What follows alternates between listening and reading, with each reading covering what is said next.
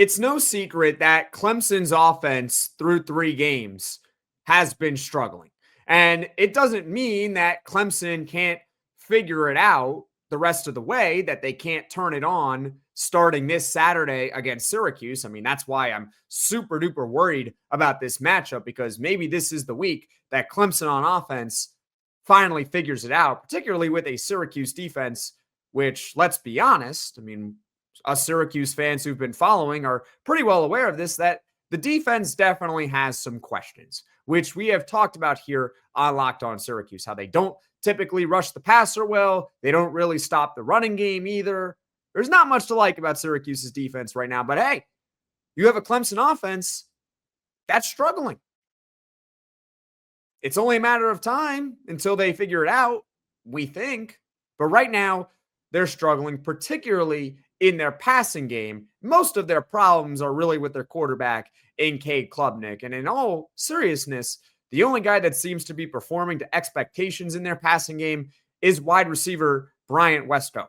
That's about it. We'll see if Antonio Williams is ready to go for Saturday. That would be a big plus for Clemson in the lineup. If he can't go, well, it is what it is, right? You still got to play the games. I don't want to see anyone be hurt.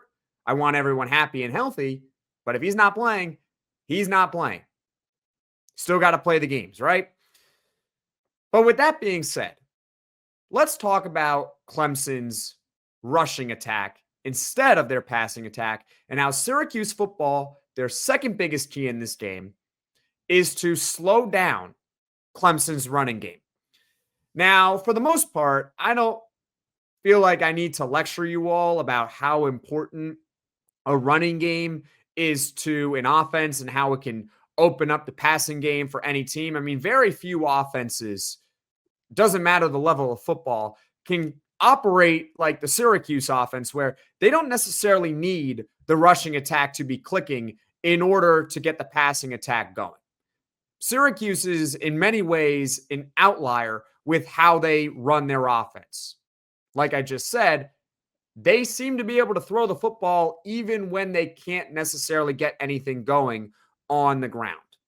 But that's not most teams. So if you're Syracuse, I'm not going to ask the Syracuse, although it would be nice if this could happen. It would be great if Syracuse could generate a pass rush on Cade Klubnik and get through that Clemson offensive line. That'd be great, but I'm not going to ask for it because I don't have much faith that this Syracuse team can actually rush the passer effectively and put pressure on Cade Klubnik. I just don't. And I hope to be wrong as a Syracuse fan. But as of right now, looking at these matchups, looking at Clemson's talent up front, looking at Syracuse and how they performed up front, I don't see how they're generating much pressure on Cade Klubnik. So I'm not going to say, all right, you got to generate pressure, because I just don't see that really happening. Instead, the best way to keep Clemson's passing game down is to slow down their rushing attack.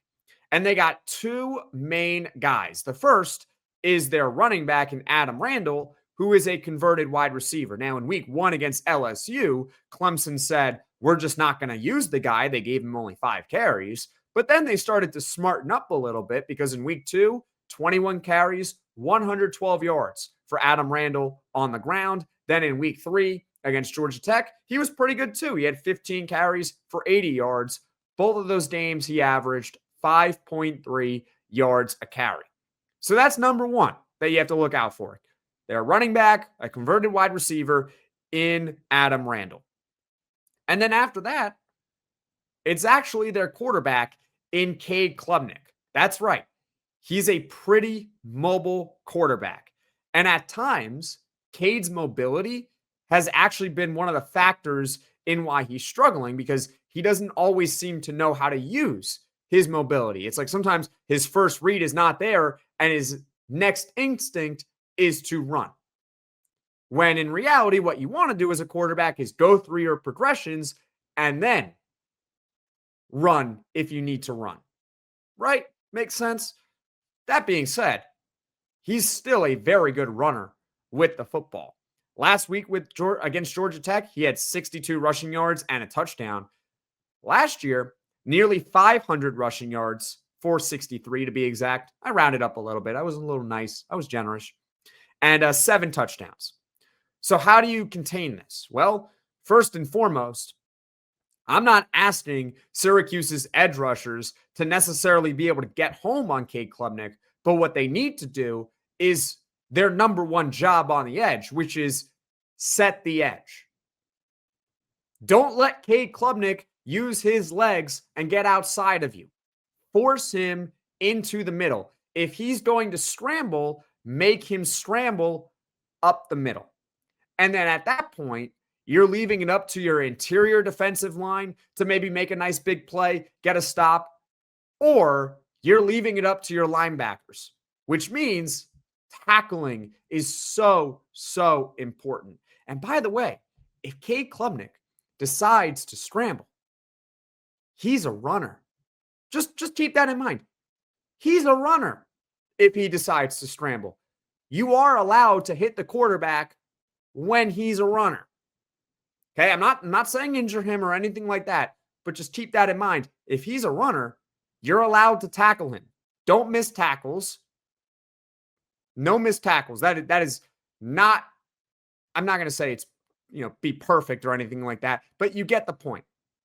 Cade Klubnik scrambles, have the edge rushers set the edge. Then you have your linebackers in the middle, Derek McDonald, Antoine Delorier, Gary Bryant. All those guys have to step up and make a tackle.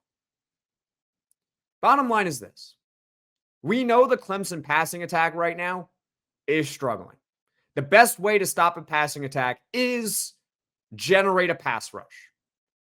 I don't think Syracuse is going to be able to generate a pass rush. So how can they keep Clemson down? How can they keep Cade Klubnik struggling? You got to stop the run, or at least contain the run. Because if you can contain the run and force Clemson to pass, puts more pressure on their passing attack. And then you can pretty much do what you want to defend the pass because you've already established you can stop the run.